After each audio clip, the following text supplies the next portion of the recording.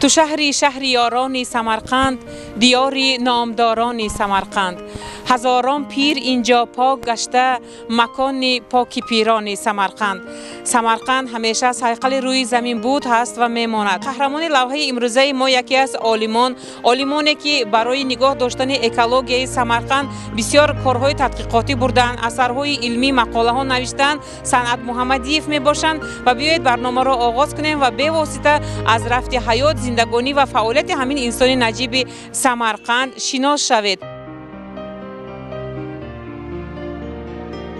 محمدیف صنعت عبداللهش 27 ایون سال 1941 در شهر سمرقند تولد یافته نماینده اولاد کمپوزیتور مشهور شهیدی می باشند. دکتر علم‌های بیولوژی، پروفسور، فاکولته وترینری انستیتوت خواجگی قشلاق سمرقند را سال 1962 ختم کرده، سالهای زیاد در ریسپوبلیکای برادری تاجیکستان هم کار کردند. عالم پروفسور صنعت محمدیف در دانشکده زبانهای خارجی سمرقند آغاز از سال 2003 از فن اکولوژی درس داده آمدند. روزی نواربرداری این لوحه ها شاگردان زیاد از کافدره فنهای اجتماعی استاد را گرم پیشواز گرفتند. یکی از شاگردانشان آموزگار کلان کافدره فنهای اجتماعی هولکار عبداللهیوا هینی صحبت چنین گفتند. اوکش بلان 6 yil birga ishlashga muvaffaq bo'ldik. O'kish ekologiya, tabiiy fanlar konsepsiyasidan ma'ruzalarni o'qisalar, men seminarlarni o'tganman o'qishni. Juda ham mazmunli va ilmiy salohiyatga boy ma'ruzalar o'sha seminarlarda qaytadan tahlil qilinardi. U kishining o'sha ilmiy maqolalaridan, domlaning ilmiy maqolalari, kitoblaridan doimiy ravishda foydalanganmiz. Shu davr mobaynida domlaning bir necha kitoblari ham chiqqan. Talabalar uchun adabiyot yetishmasligi tufayli domla o'zlarining tashabbuslari bilan ekologiya fanidan kitoblarini nashrdan chiqargan edilar va o'sha kitob hozirgi kungacha talabalar tomonidan o'qib foydalanilib kelinmoqda. Shogirdi digari ustod darboraye mehnatdo'sti olim fikri zer ro bayon namud. Домло вырастил очень много учеников, мы тоже считаемся его учениками, он наш наставник. Сколько мы с ним не работали, он всегда показывал пример, и мы даже иногда шутим с ним, что он настоящий джентльмен, он джентльмен и в науке, и в общении. И как наставник он самый, я считаю, один из самых лучших наставников, которых я знаю, потому что он всегда своим личным примером поддерживает нас, помогает идти по правильному пути. از همکسبان پروفسور دانشگاه زبانهای خارجی سمرقند رستم شادیف درباره فعالیت علمی صنعت محمدیف میگویند. پروفسور صنعت عبداللهیچ محمدیف یکی از عالمان برجسته میباشند که تمام عمر خود را برای رونق علم و فهم، فرهنگ و تربیت نسل نو را بخشیدند. من یکی از کتاب‌هایی که با قریب نشر شده است اکولوژی سمرقند این دسترسی ما گردید که در این کتاب درباره اکولوژی سمرقند که برای ما بسیار حال ضرور است نوشته جات است. در اینجا درباره سالهای دهقانی نوشته شده است. کتاب را خواندم، از این بسیار معلومات‌های با خودم در کاری بسیار معلومات مفید رو گرفتم. طلبه ها معلم را بسیار دوست می‌دارم. من صنعت عبداللهیچ را همچون استاد بزرگ، همچون عالم شناخته، همچون مربی در ایجاد علمیشان باز نویگری ها میخواهم. استاد دیگری این کافدره علاوه کرده گفتند که عالم داننده خوب تاریخ حدود زرافشان میباشند. Уважаемый профессор очень хорошо владеет историей природоведения нашего края. И это сейчас уже немножко забытое направление, но он является носителем природоведения Центральноазиатского региона, Самаркандской области. Считается знатоком экологии Заравшанского оазиса и Заравшанского бассейна Заравшанских этих оазисов. Поэтому мы до сих пор, да, наши пожелания, чтобы долгих, конечно, лет, крепких, и оставаться нашим наставником, посещать наш институт и консультировать нас, когда у нас у молодых есть вопросы. Большое спасибо.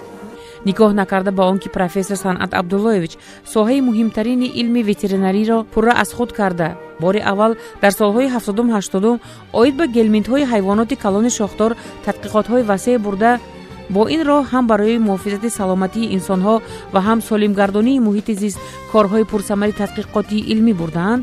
минбаъд дар ин донишкада ба донишҷӯён аз фанни муҳимтарин фанни экология ҳам дарс додаанд. устод баъди суҳбат бо шогирдон донишҷӯён бо гурӯҳи эҷодии мо дар майдони дӯстдоштаашон регистони кӯҳани Самарқанди зебо шуда фикрҳои худро оид ба экологияи Самарқанд баён карданд. дар Самарқанд ҳозир муаммои экология бисёр аст. Якумаш ҳавои тоза лозим аст. барои ҳавои тоза албатта майдони кабудзор, дарахтзор ки дар Самарқанд солҳои 5 сол ирӯ ҷудо ҳам бисёр дарахтҳо шунонданд, арчаҳо, каштанҳо. Мана мо яке аз ҳамин майдонҳои регистон ба истодем, он тараф ба майдон, он тараф ба майдон, ҳамааш дарахтзорҳо. Лекин ҳамин бунёд накарда гижо ки микрорайонҳо ҳаст, чиҳо ҳаст, ҳаминҷо площадкаҳои яъне ҳамин сабза лозим аст. дуюмаш як масъала буд, ин масъалаам қариб ҳал шуд. ин боғи масалан ҳайвоноти боғи зоологии Самарқанд ҳозир 20 гектар замин доданд, ҳозир сохтмон бояд сар шавад. Масъалаи боғи ботаникӣ ҳам ҳозир ҳамин масъаларо бардоштанд.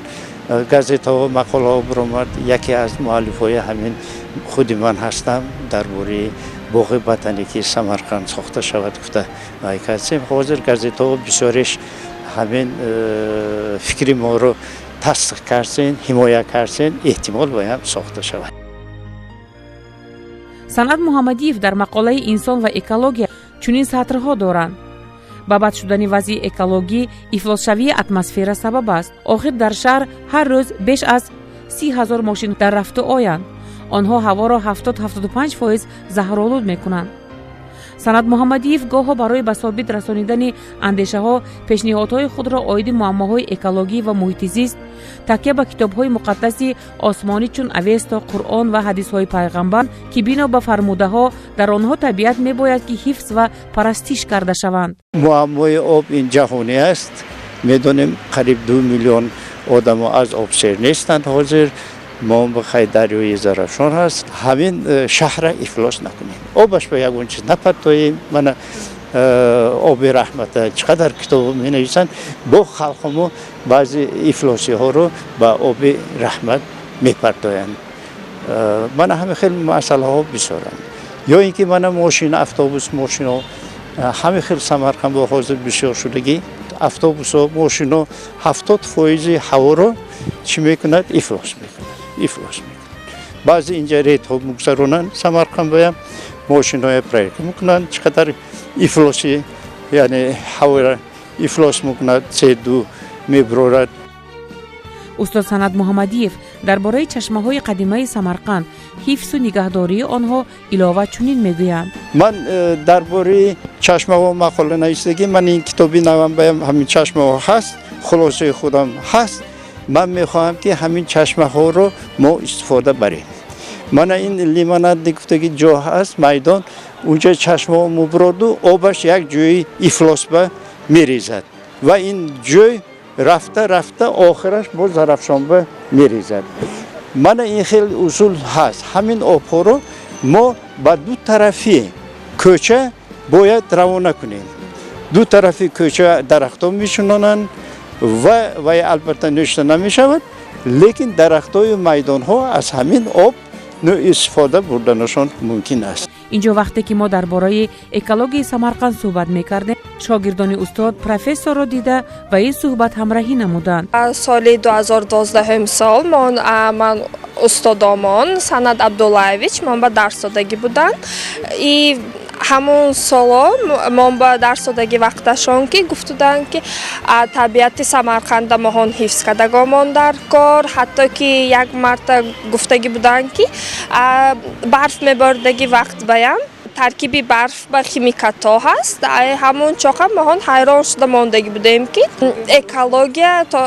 экология вайрон шуда рафсудагиаш фаҳмидагӣ будем. Барои ҳамин мон оянда ба ҳаракат кардагомон дар кор ки табиати Самарқанда асра карда ва тоза нигоҳ дорондагомон дар кор. мо аз ҳамон лексияҳое ки устод ба мо гузаштанд бисёр маълумоти пурра гирифтем дар бораи экология. Фаҳмидем ки табиати мо, махсус табиати айнан Самарқанд ба худ ғайриоддӣ аст.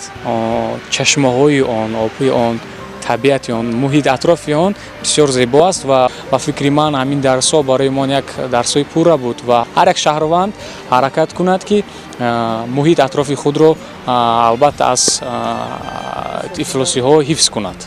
ҳамин тавр баъди гаштгузор дар майдони бовиқори регистон роҳ сӯи хонаи устодро гирифтем.